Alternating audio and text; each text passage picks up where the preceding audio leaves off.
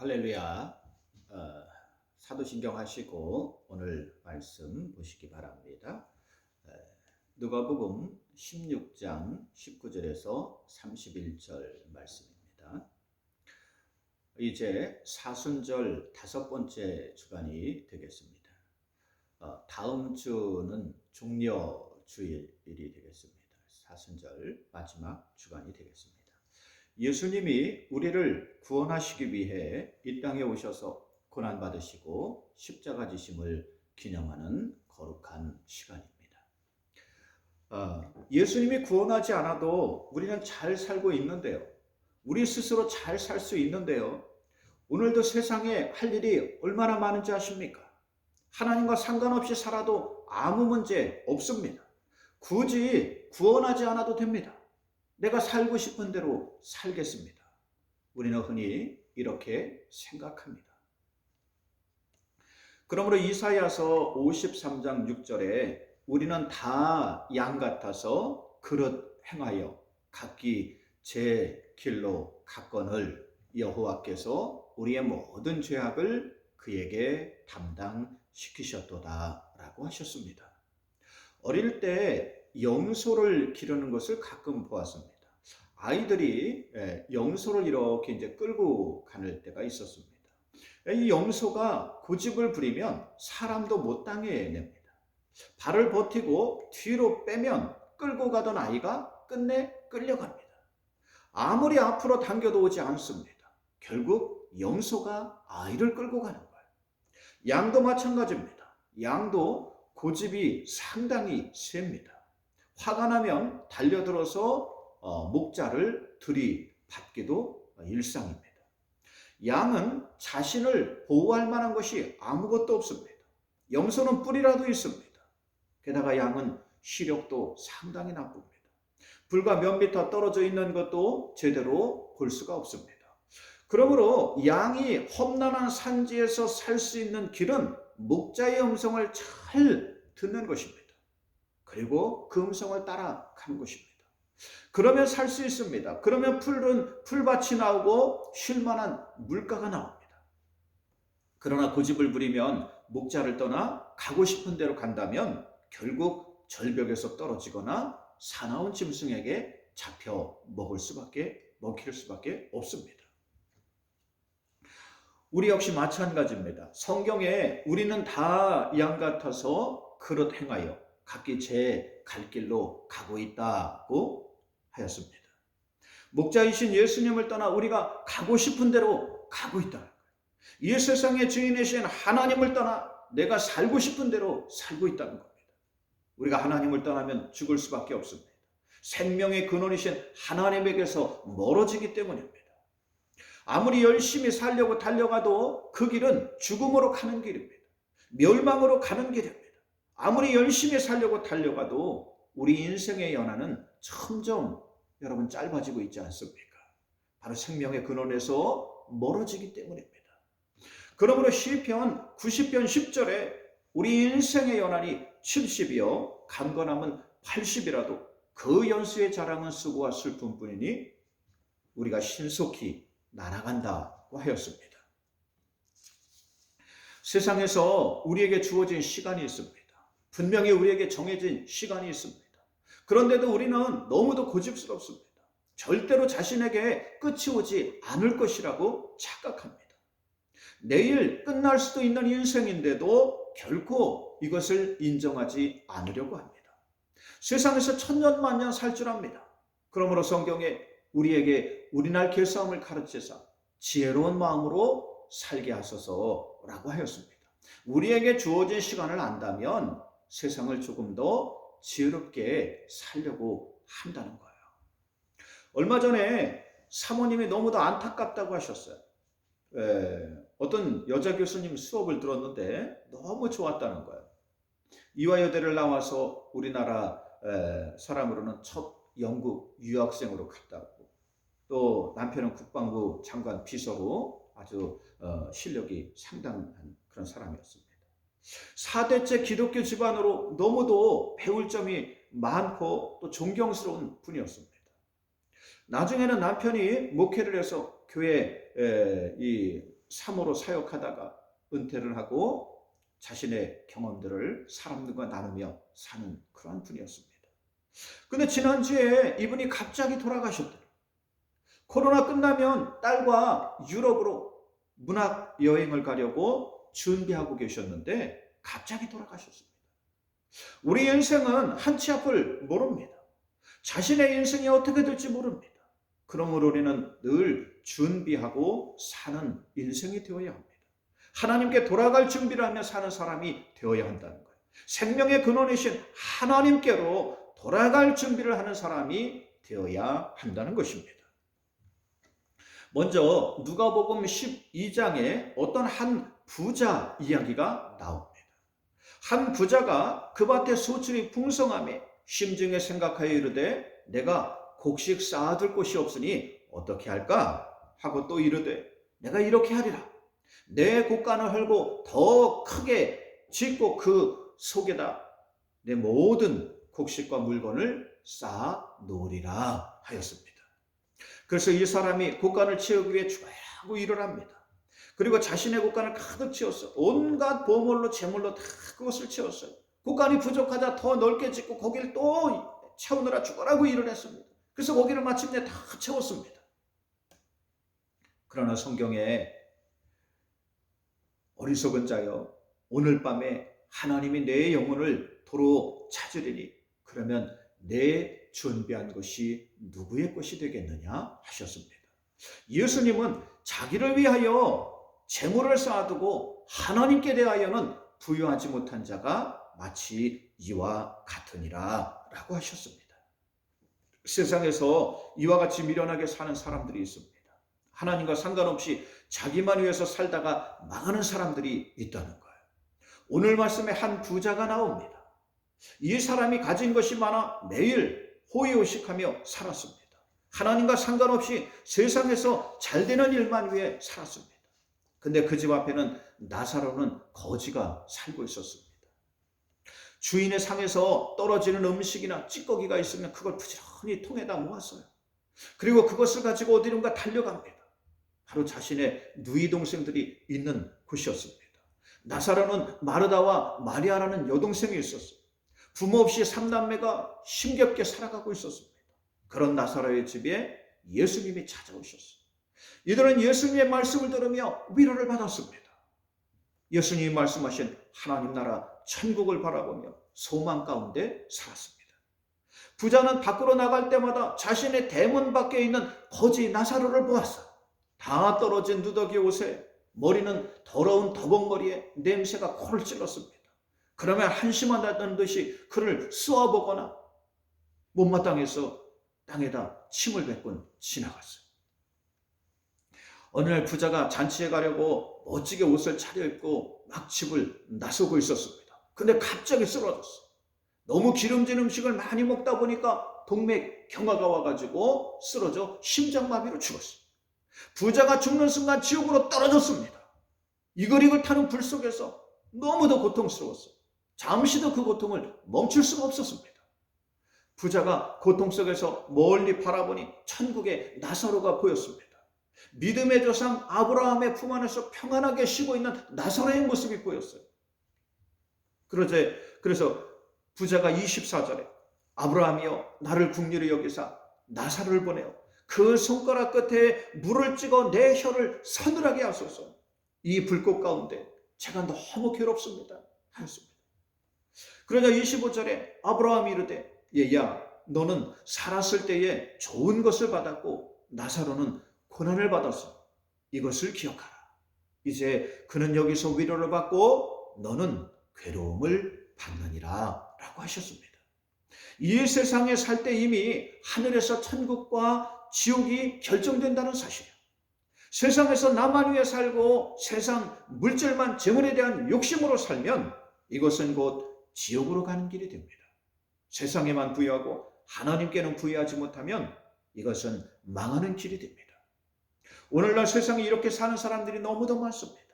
잠시 눈앞에 있는 성공이나 이익을 위해 사는 사람들이 너무도 많아요. 이것이 진정한 성공인 줄 알고 이것이 전부인 줄 알고 삽니다. 그러나 이러한 것들은 곧 끝이 난다는 사실이에요. 오늘 지옥으로 떨어진 부자와 같이 끝나고 마는 것입니다. 심지어 예수님의 제자 중에 가룟 유다는 이러한 유혹에 빠졌습니다. 그래서 예수님을 배신하고 은 30에 팔아버렸어요.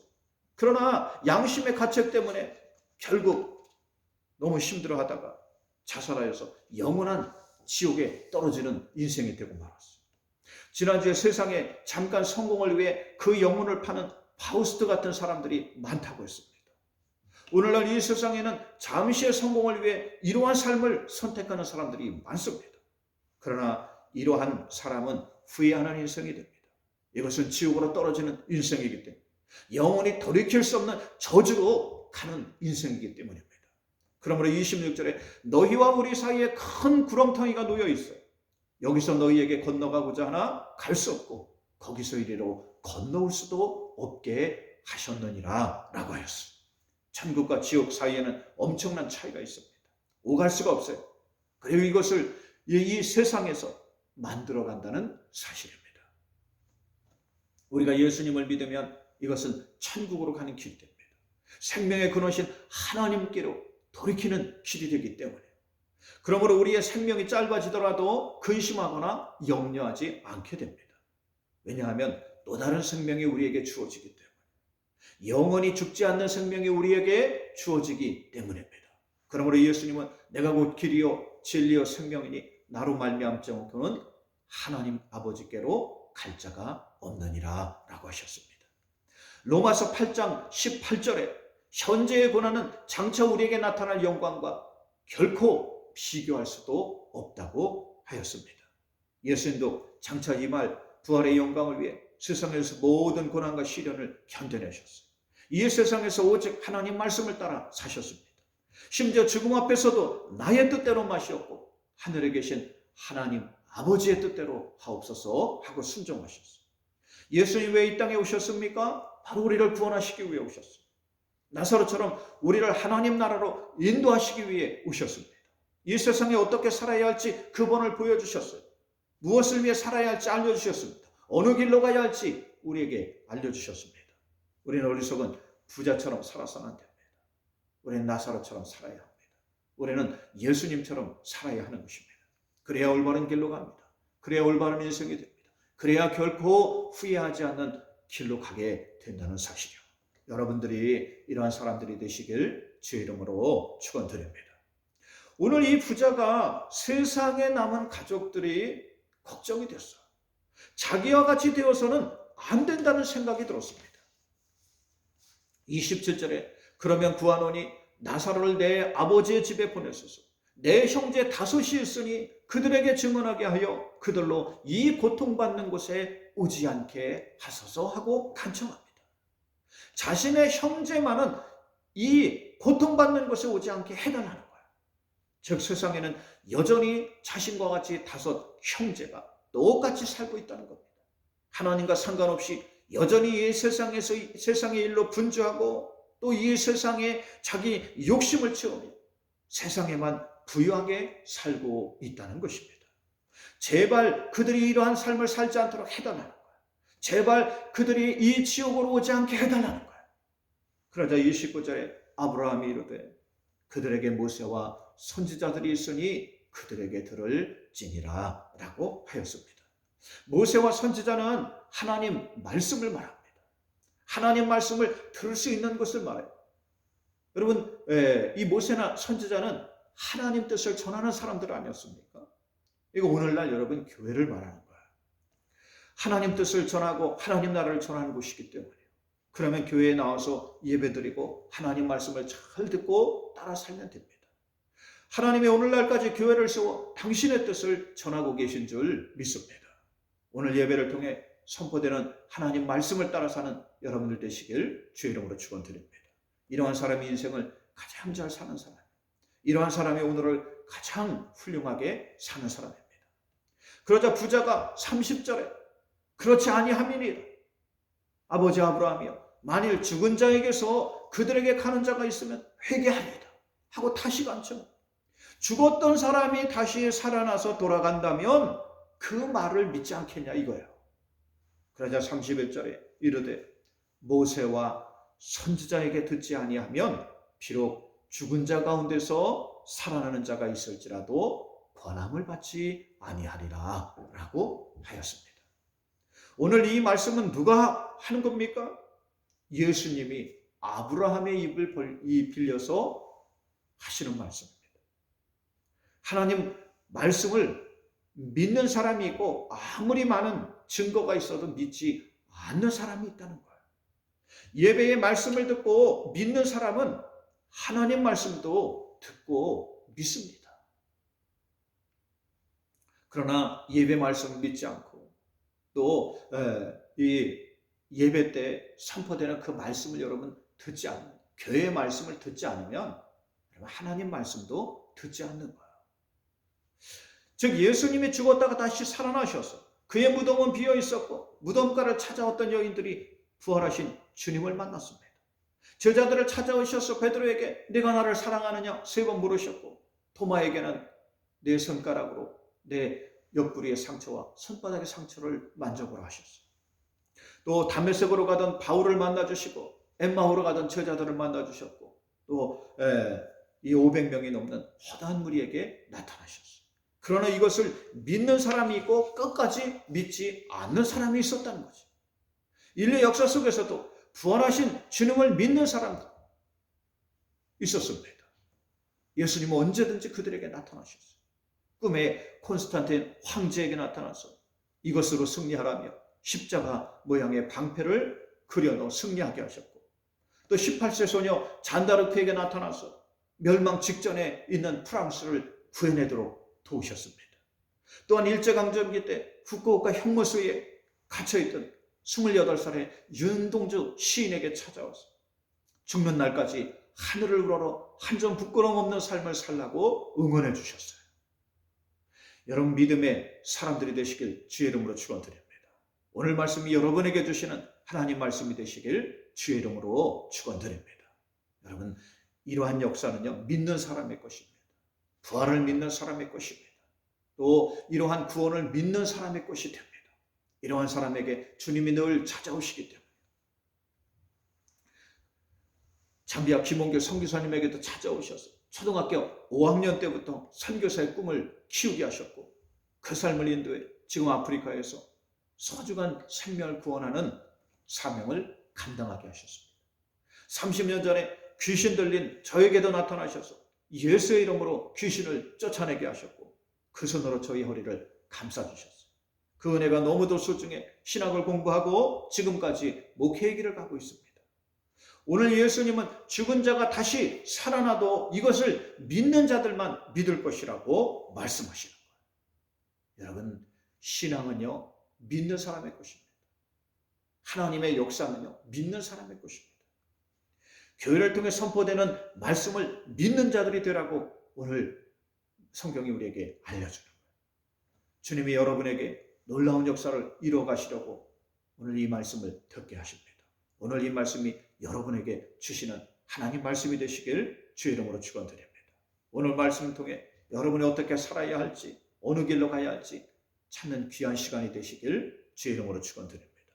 오늘부터 세상에서 믿음으로 천국의 길을 만들어가는 여러분들 되시길 주의 이름으로 축원드립니다. 기도합니다. 하나님 이 어려운 시대에도 하나님 앞에 예배드리며 이 땅의 모세와 선지자들을 세우셔서 하나님 말씀을 듣게 하심을 감사합니다. 그러면 이 말씀을 듣고 이 땅에서부터 천국을 준비해가는 사람들이 되게 하옵소서. 이 세상에 썩어질 것 또 나만 위에 그 욕심으로 살지 않게 하옵시고 오늘도 생명의 길이 어느 길인지 또 우리가 무엇을 위해 살아야 할지를 알려주심을 감사합니다. 오늘 말씀을 명심하고 살아가는 이 방송을 듣는 모든 믿음의 자녀들 되게 하옵소서. 예수님의 이름으로 기도 올리옵나이다. 아멘. 다음 주는 종려주일입니다. 이제 사순절 마지막 주간입니다. 이번 주 한 주간도 경건하게 예수님의 구원의 은혜를 생각하며 지내시길 주의 이름으로